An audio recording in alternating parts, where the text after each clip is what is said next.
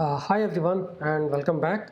So in previous couple of videos where we were discussing about GraphQL, so this particular structure we have already covered, like we created a schema, we created the resolvers, and we were able to get the data from MongoDB. So we were using Mongoose module and we were doing a read and write.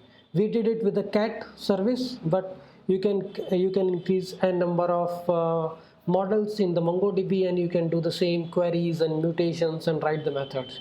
Now there are a couple of things which we can enhance in the further videos.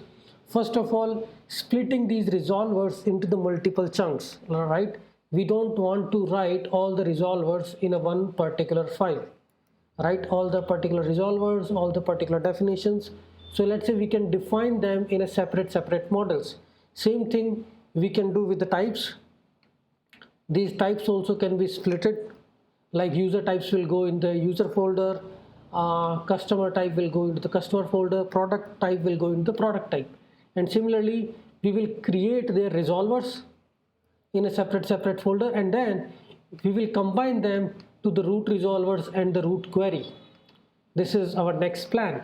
So that we can also do with a simple MongoDB as a data source. And then in the further videos where we talk about little bit advanced, okay, how to write Node.js applications where you are reading the data from the MySQL, Postgres or something, there you need to use some kind of ORM. There we will replace it with MySQL, and here we can add a library like type ORM or a sequelize to do the query to the MySQL. We will talk about the migrations, authorization, authentication.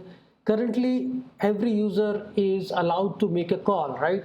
But in the later cases you will actually call the resolver method, but before going to the resolver we will validate the user authenticity. Okay, for that we will create an authorization resolver. If user is valid, user is having the proper authorization header token, then only we will allow user to actually hit our database query and get the data. So this is the beginner part which we have already covered. Now it is divided into the two parts. In the next coming videos we will talk about MongoDB with the GraphQL mutations and queries, where we will split the resolvers, we will split the schema definitions.